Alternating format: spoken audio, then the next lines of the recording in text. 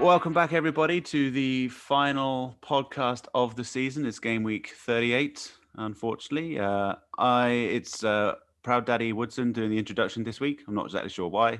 I'm back. You weren't here last week. Because I'm back. Yeah. I'm back, baby. Yeah. Firstly, you need to apologize to our listeners.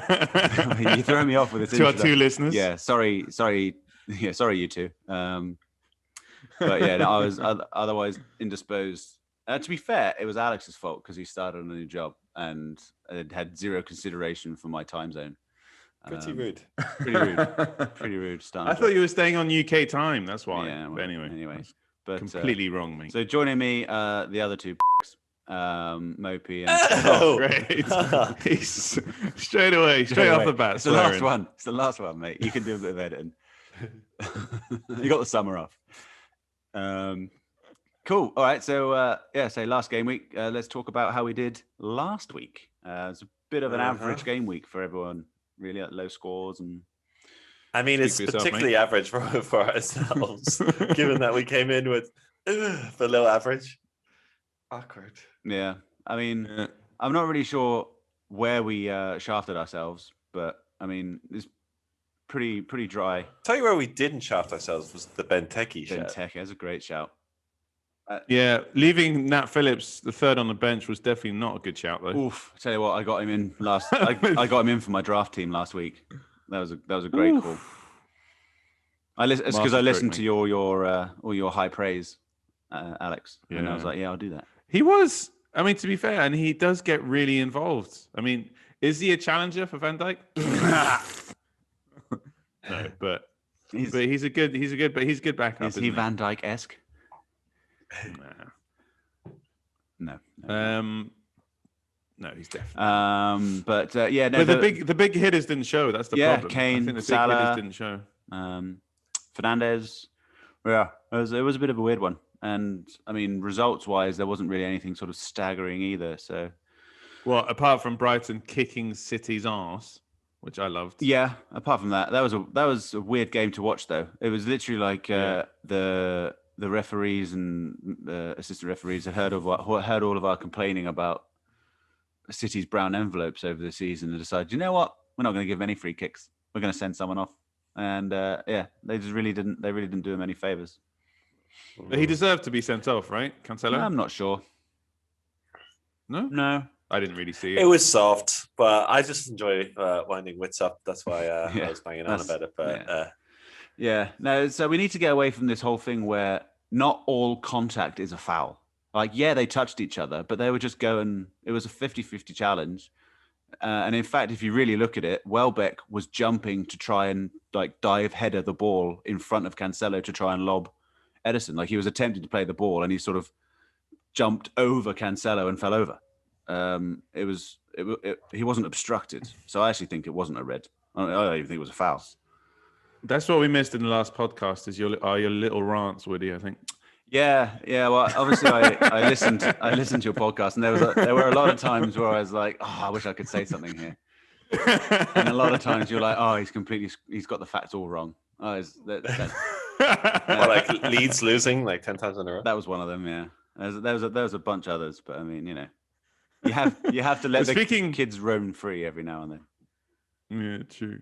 Unlike Eric's dog. Speaking of Leeds, I think what's wound me up with regards to refereeing this season, and we can move on after this, was when players don't go down in the penalty area when they should, and referees still don't whistle it. Yep. So, and then there's complaints about players diving. Well, you don't have to look too far as to the reason why. Yep. You know, it's true.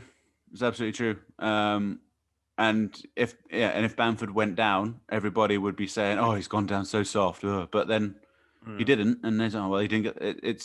You're right. It's a self-fulfilling prophecy, isn't it? There should be this thing where VAR has a bit more power now, where VAR can just look at something and go like, "Yeah, it should have been a penalty," and just says to old Dino in his ear, like, "Give a penalty." Do you know what I mean? Like, as opposed to the ref has to call something for it to be looked at or whatever. Well, also, I think that the referees on pitch should be able just to say, "Guys, I want to see that again in a replay. Can you cue it up on the TV and I'll go and have a look?" You know, he doesn't. Why does it have to be the VAR ref pointing out that he missed it? Yeah, it's common sense approach to something where they've just like put these weird rules that really don't have any. I don't know. I can't see any advantage to them. Yeah, they haven't developed it very well, and it's weird that the stubbornness that they're sticking to. I mean, another thing is, why don't we hear what they're saying? Just like in the rugby, like when they're when in the well, maybe because they're like you, and it's a bloody dockyard in there, you know. Yeah, maybe. But it's like when in the stadium when they're waiting for these long decisions, it just says VAR checking goal. That's it. Why not? Why not plug us into their conversation so people can follow along? So, I see what they're looking for. Oh, yeah. Other than because you don't even know when they're coming to the end of a decision. It's just all of a sudden it's like goal disallowed. It's like, all right, great. Also, I like the way they call them by their first names. They'd be like Christian, mate, come on, stop doing that. Stop with those headers, mate. Come on, chill out, Christian. All right. What else happened last week? Anything exciting? Liverpool seem to be back to their old form, which is nice. What do you reckon is going to get the top 4 slot? Ooh. That's a toughie. Oh, Woody. We did a very thorough analysis through WhatsApp on this. So who needs what? That's the question. I'll bring up the table for you because I'm a nice guy. Thanks, mate. But who needs what? Well, basically, it will probably come down to goal difference for Leicester. I mean, if Leicester lose, then it's, I suppose, if Leicester lose, then it's game over because Liverpool are ahead of them on goal difference. So Leicester need a point and have to hope that Liverpool. Basically, Leicester have to do. Leicester have, so it's goal difference now. So Leicester winning, losing. Leicester want to do better than Liverpool in every sense. So winning, losing, goal difference. So that's it. So they're 4 goals behind. Yeah. So Leicester are going to score 4 goals and win the game. Chelsea can draw because either because actually Liverpool and Leicester if they both win. So basically they all need to win. So they're all going for it. They're all going hell for leather. So I personally think that the table is not going to change than it is right now. I think it's going to be obviously City United, and then I think it's going to be Chelsea Liverpool. And you guys are saying if Man City, because either Man City or Chelsea are going to win the Champions League. Mm-hmm. So if Chelsea win it, they get a Champions League spot, but the 5th one doesn't. Yeah, no, that only happens. Yeah, if Chelsea lose this final game and Liverpool and Leicester win, so they end up 5th, then there'd be 5. Then there'd be 5. Exactly. So Chelsea can get in 2 ways into the Champions League. Yeah. Okay. Yeah. Interesting. Okay. Let's get back to our fantasy, eh? That's what the listener wants to hear. The other thing was that Arsenal were in form. Weirdly, Pepe showing up. And the other thing that surprised me was that Spurs lost to Villa. I think we obviously, and a lot of people expected Spurs to do well. There's a lot of Kanes and Sons around. And just being a bit weird, I guess. But then I guess it's with the Kane transfer news, isn't it? It's it shook them all to their very core. Yes, exactly. Except like Parrott, he's probably not shook to a score. He's probably like, finally, it's game time, baby. Is he coming back from loan? Is he out on loan? Or is he? Who knows? Where's he gone? No one knows. No one knows. But I was going to say something. Oh yeah, did you see the Spurs fans booing them at halftime? I mean, I don't blame them; they were rubbish in the first half. But So, I was going to say, they still lost at home. It was ridiculous. Pepe. So my theory, go on. You'll stick with the Spurs game. What did you say? Well, no, because I had a theory last week, with regards to all the home teams should be playing well because they have spectators. Yeah. Mm-hmm. So, first game of the day, Man United 1-1 against Fulham. Cheers, mate. Yeah. So then Southampton losing 2-0 to Leeds, but then Brighton, Brighton and Chelsea, 2-1. And I think Leicester were lucky to score one because they looked knackered in that game. Leicester. They did. Iheanacho coming on to score a goal, and they just with Castagna filling in at the back, they're just their whole balance is off. Like they're just not the same without. Oh, here we go again. Castagna. Well, it's not just about him. It's more the fact that Evans is out. But rather than put in, this is the Woody analysis we were talking about. By the way, yeah, it's what you've missed. It's what the listeners. It's what they want to hear. It's what they need. Without Evans or Morgan or even Amati, who is a centre back, playing at the back, like the whole balance is out, and it just doesn't. I can see them losing to Spurs, and then Liverpool and as you say, Liverpool and Chelsea romping home. Yeah, I think they'll both win. I think Liverpool and Chelsea will win. Yeah. Here I was thinking, because the league's decided, the relegation decided, I thought it'd be a boring last day, but it turns out it won't be. Drama. Yeah, I think it might be boring when you look at West Ham, Southampton, because neither have anything, or Burnley. Did you just say West Ham don't have anything to play for? My God, you're such an amateur. Okay, relax. Okay, what about let me raise you Arsenal versus Brighton. Yeah, well, Arsenal can still technically get into Europe as well. So, okay. Arsenal, Everton, Spurs, and West Ham are all fighting for the Europa and Conference League spots. So they've still got. So there's 7 teams with stuff to play for. So what about Sheffield, Burnley. Sheffield United, Burnley. Right, okay, that's that. Yeah, I mean that's just the pride of the North, isn't it? That's a dud. That'll definitely be a dud. Pride of the North. Sheffield versus Burnley. All right. Oh, I tell you what. On to our team of the week. Well, one thing I also mentioned off air that I was going to bring up was the fact I can see United absolutely destroying Wolves because the Nuno news. Even though they're at home, I just think it's going to be all emotional. They're going to be, farewell, Nuno. And the players are just going to be like, am I staying? Am I going to play? Am I going to go with Nuno to Tottenham? But hang on. With that logic, I would kind of imagine they'll play well because they'll try and give him a send-off. As I said to you guys before, which you never actually answered, cheers for that. I think it can go one of 2 ways. It'll either be, like a big heroic send-off. Like for Palace, I think that will be. I think Palace will show up for Roy. But I just can see Wolves just being like, whatever. Okay. Yeah, I think because they've been going downhill over the last few weeks anyway. And I think maybe it's because they knew. Like, you know how rumors circulate around grounds and stuff. They probably knew he was off. But one thing just which will help us transition to our team was something to note, which we've discussed already, and you'll see why in our team. But that TAA, even though it came away with a clean sheet, it was Robbo that kind of showed up. Yeah, showed up with things with stuff. Robbo has been in quite he went quiet. I'm not just talking about an FPL points, but in terms of his performance on the pitch, he really went quiet just after the sort of halfway through the season. Like he wasn't attacking, wasn't getting involved. The last few weeks, he's been back to his old aggressive self. Like he's been flinging those crosses in left, right, and Chelsea. But correct me if I'm wrong. It depends on the strategy that Klopp is kind of doing. Like sometimes I see them just attacking down the right with TAA most of the time. And then maybe the other half or even in the next game, it's all Robbo on his side. Well, I think it's one of those things where it depends on the opposition and the strength of their right backs and left backs. And also I think it just games tend to go a certain way, right? Like teams will set up and you'll start playing and maybe they're not getting any joy down the right because they're doubling up on Trent. So that frees up Robbo. So then they'll start playing down the left and all of a sudden their right back gets overwhelmed. A little bit like in the Brighton City game when they put Garcia on at right back and he was all at sea. Like Trossard and Moda absolutely destroyed him down that left-hand side. It was painful to watch. I felt sorry for him. But then he's leaving, so what does he care? But yeah, so that sort of thing, I think it happens on the pitch. And Crystal Palace, is Tyreek fit? Tyreek? He's got a knock apparently, but he'll probably be back. Yeah. Well, and also to be fair, if it's all about sentimentality, they might give PVA a final run out before he leaves. True. So you might see him at left back. Holt, Does anyone call him PVA though? I do. It's like PVA glue. Exactly. PVA sticks to you. All right. Should we move on to the team? Yeah. Enough of my analysis, eh? That was thorough. It was thorough. I hadn't heard much from Eric the last few minutes. Did you just drift off? I was trying to get a word in, but your analysis of Morgan versus Evans was just too detailed. But we make fun of one thing. We make fun of Terry, appearing on in his kit.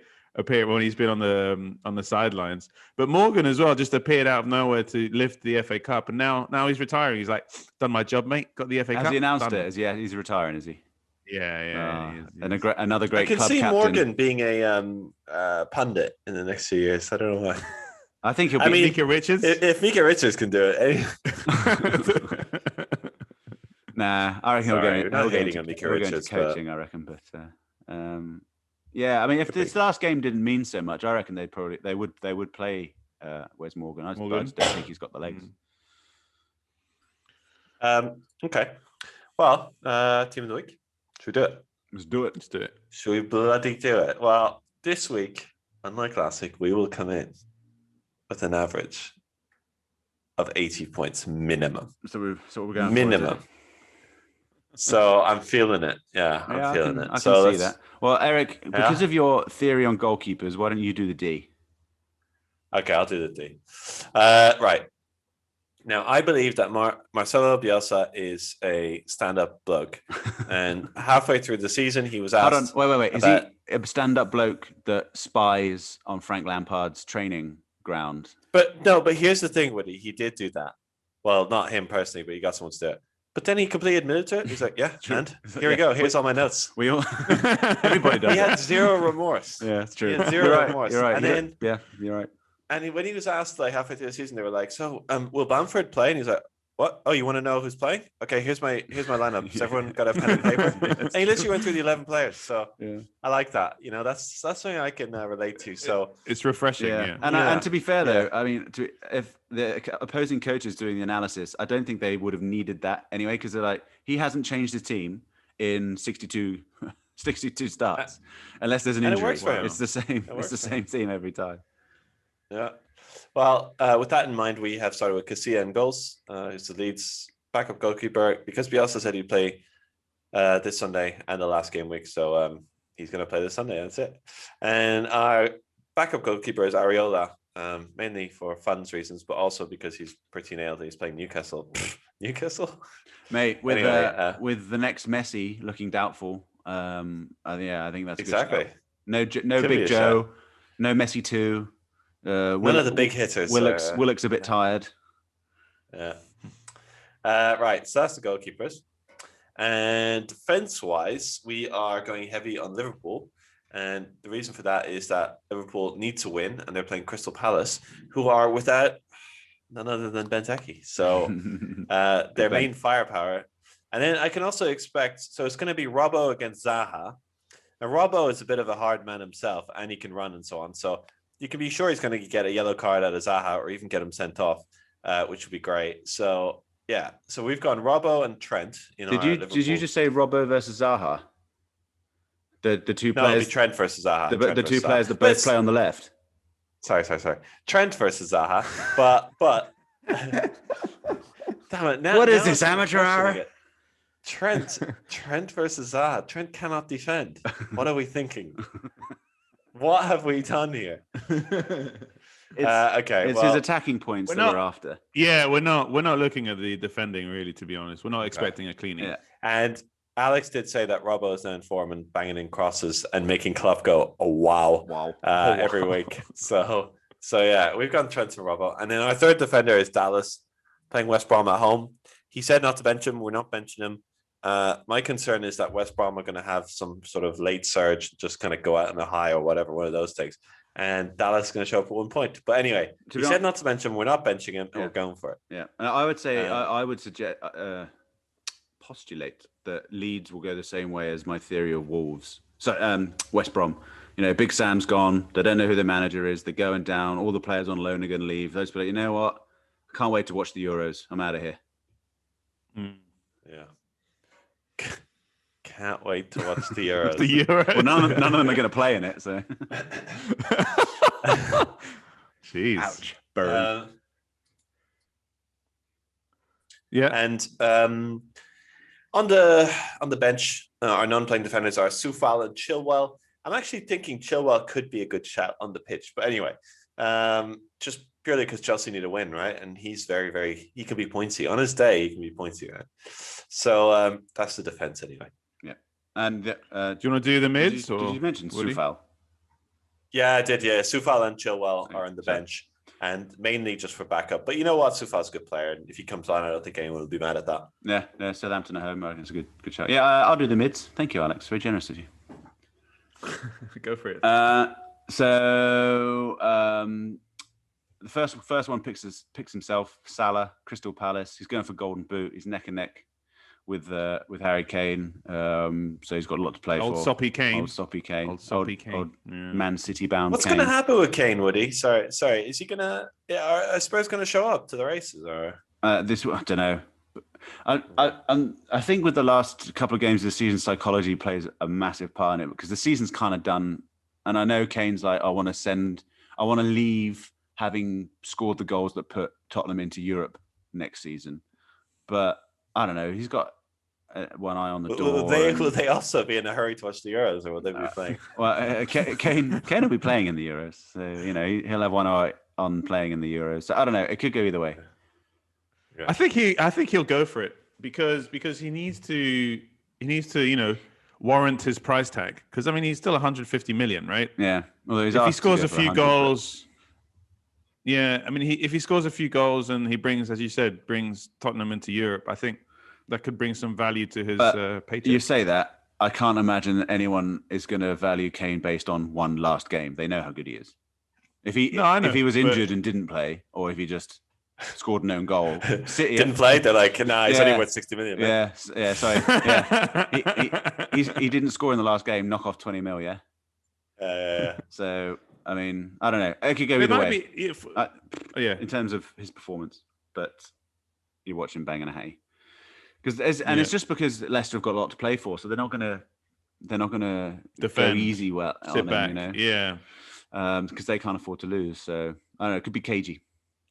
But yeah. So Salah is first midfielder. Then we've got Lingard, who, although hasn't been in the best form compared to how good he was, he's still very dangerous on the pitch, and he's still their main man behind Antonio. And it's Southampton at home, and they're still playing for a European spot. So I don't know. I reckon he could come up with the big guns because he's thinking about his contract next year as well. Is he going to stay at West Ham? Is he going to press? Are other people going to make a move?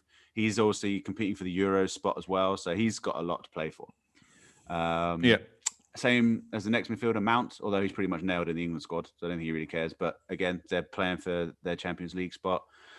He's on pretty much all the set pieces now, and he's nailed, and they're playing Villa. So I think it's a good time to bring Mount in. And then we've gone a little bit punty, or not punty, but it's not punt because it's KDB, but it's a bit risky just in terms of his fitness and his form. But we had a discussion thinking that, so originally we went with Aguero up front, thinking that there would be some sentimentality and they'd want to play Aguero in front of the last home crowd of the season, all that kind of stuff. But then we also thought that they're going to want to play themselves into the Champions League final form. So he's going to want to start for at least 60 minutes, the team that is playing next weekend. So I think that. You know what?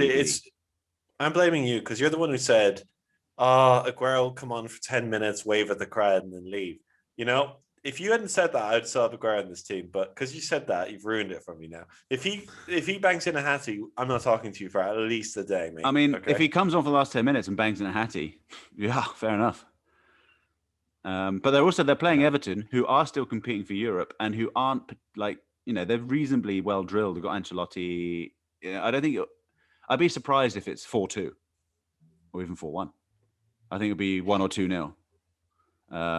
So I don't think it's going to be a smashing. But KDB's in there because it's KDB, isn't it? And then first sub, we've got Jorginho, who again playing Villa.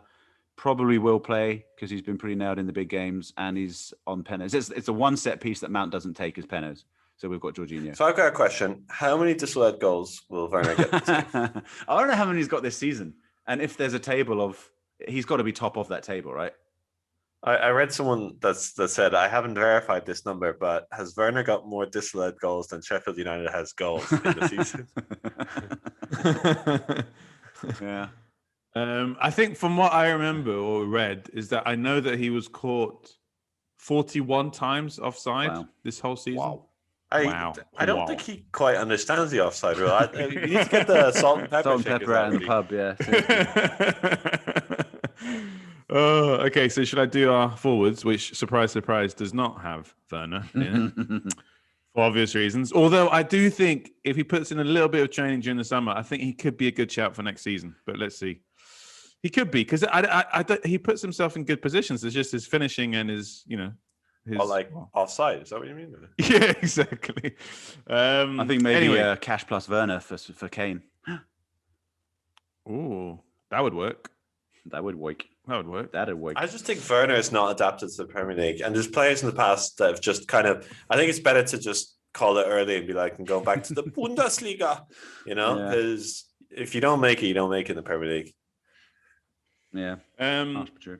Strong words there by Mopey.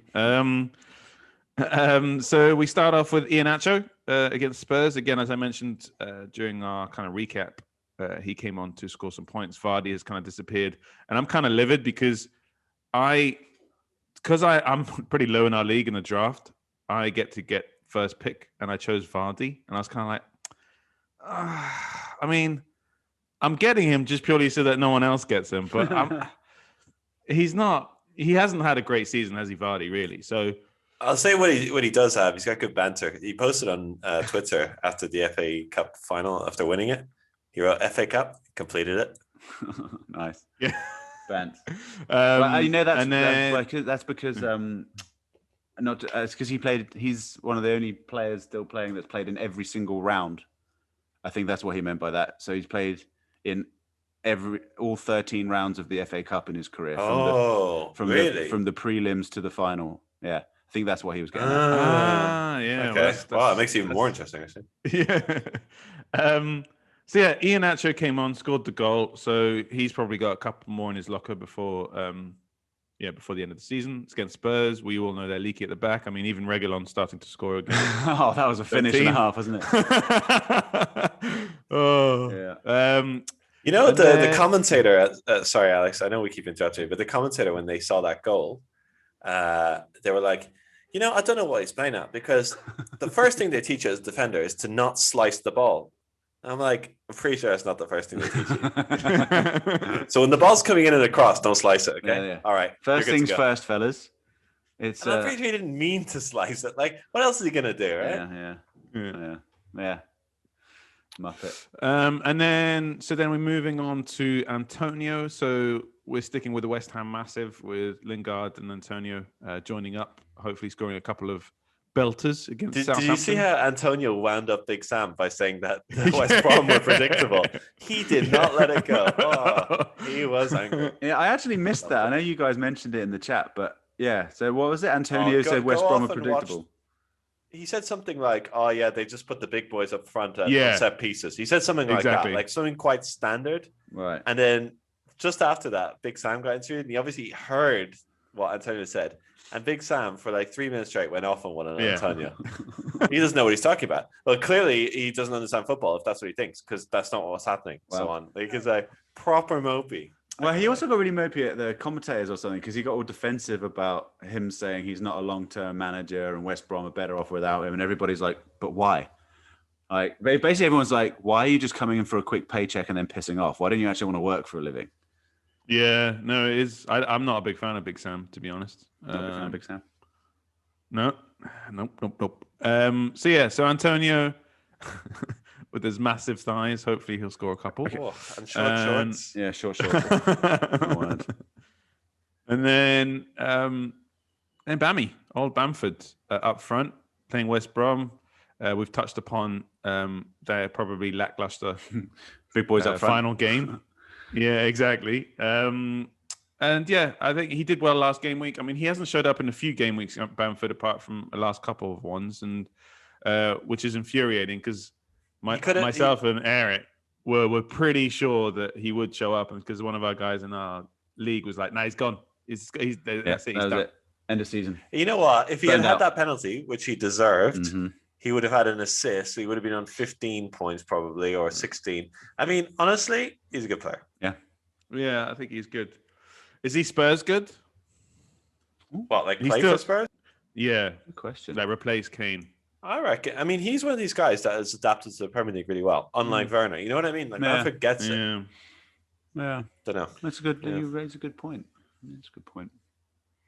But I think he's good Leeds. He's definitely a good Leeds player. I mean, they work so hard though at Leeds. I wonder if they're ever going to burn out. Do you know what I mean? Because like Bielsa is asking everything of them, and this is what we touched upon. Is even though Leeds have nothing to play for, Bielsa will still want them to win the game. They don't care. Like 5-6-0, he won't care. He just wants them to always score when they have the opportunity to score. He doesn't want any mess ups. And I think an interesting thing with Leeds is basically Bielsa needs to pick which competition he wants to do best in the season, and then ditch the other. Like, don't worry about Europe. Don't worry about the FA Cup. Don't worry about the Carabao Cup. If he wants to do well in the league, because he can only commit to one. He can't. He can't go on a big cup run and keep playing the players in the league like he does, because they'll just lose everything. True. And I feel like Bielsa, like if Bamford got injured between the press conference and the game, Bielsa would put out a tweet being like, "Listen, guys, anyone who's got him in FPL, he might not make it, fellas." Legend. But it'll be in Spanish. You have to translate it. Yeah. Alex speaks Spanish. Don't worry, me. All right, captains. I think how it is now is kind of, except for the vice. I'm happy with the Salah captain that we have at the moment. I think a Salah captain speaks for itself. Salah captain's good, but let me put this to you, okay? Last week, here we go. Let me put it to you. Last week he didn't do anything. The week before, where he got 10 points, arguably that was a very nicely taken goal. But other than that, he didn't do much, in my opinion, anyway. But he doesn't do much. This is my point with Salah. That's why I always choose Mane. He doesn't do much, but he can score he can just score out of nowhere, unfortunately. Yeah. No, I get that. And I'm not denying it's a good choice, but are we going to consider anyone else? Like a bit of KDB, bit of Antonio or Bamford? Bamford would be my only one, but I'd give him the vice. I'd still keep it on Salah. Yeah, or I might even go Trent, because I think there's a good chance of a cleanie. And we're Benteke's. Benteke's got a knock, mate. He's injured, mate. He's yellow. He's yellow. Get out, mate. I doesn't mean anything. I wonder who Hudson's playing mind games. Right? Yeah. His final game. Who do you reckon we'll see? Mateta, Batshuayi? I think he has to play Batshuayi, I think. Just because it's his last game, I don't think they're going to keep him. Batshuayi. Who? Batshuayi? Batshuayi, Tuna? Bashahini? Okay, Bamford vice. All right, going Salah captain. It makes sense.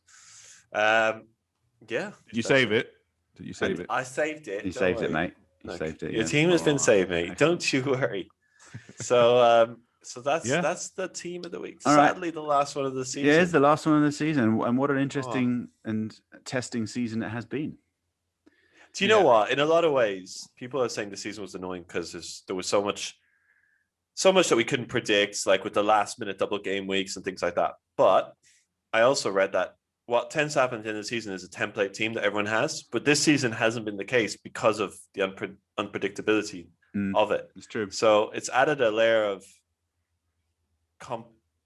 complexity that wasn't there last season. And also don't forget in January, February, when they just cancelled games last minute as well. So all of a sudden there was blank game weeks for people that came out of nowhere. Yeah, I think they should do that next season. Just every now and then, it's like, going to cancel this one. Yeah. But also, it's the final day. Final day madness? Is that what you call it? Final day madness this season, I think, is going to be through the roof. I think it's going to. Yeah. You watch Sheffield United Burnley be like 6-5 or something like that. 6-5. Get out, mate. It'd be like a penalty shootout. You heard it here first, yeah. Which game are you guys going to watch? Like actively watch, because they're all on at the same time. So which one would you recommend? I would be going Leicester Spurs personally. Leicester Spurs, Chelsea Villa would be a good one. Liverpool Crystal Palace. I think Sheffield United Burnley, obviously. I think Liverpool Palace would be a good one, because I just think Liverpool will make it difficult for themselves. They'll either go like 1-0 down, or it'll be 0-0 to the 70th minute, and there'll be all this tension because it's at Anfield. I think that could be a good one to watch, because they're on the biggest surge, and I think they would be the ones that would be most disappointed if they didn't get top 4. So that could be a good one. Yeah, and I think personally, after the heroics of Alisson, as much as I hate to use those terms for someone who plays for Liverpool, I do think they deserve to win. Yeah, I deserve to have some European football, because they've had a pretty rough season. They had a tough year. It's been against them. I just say, looking at the fixtures, another one could be a good one. Could be West Ham Southampton, because West Ham got a lot to play for, and they could be quite cagey about it. And on your own, mate. I'm not watching that one. No. Who are we kidding? We're all going to have like 3 screens, and we're not going to be just watching one. I mean, I'm not. Anyway, well, thanks for joining us, and that's it from us for the season. So, thanks a lot. Yeah, all the best on Cheers. the last game weekend. Are we going to do a Euros pod, a Euros fantasy pod? Oh my! Is there a fantasy league? I'm sure we. There is a fantasy Euro, but yeah. Let's have a think. We'll let the listeners dwell on that. All right. Let us know what you think. Yeah. Our one listener. Yeah, Wits, text us. All right. All right. See you later. See ya. All right. Speak to you later. Bye.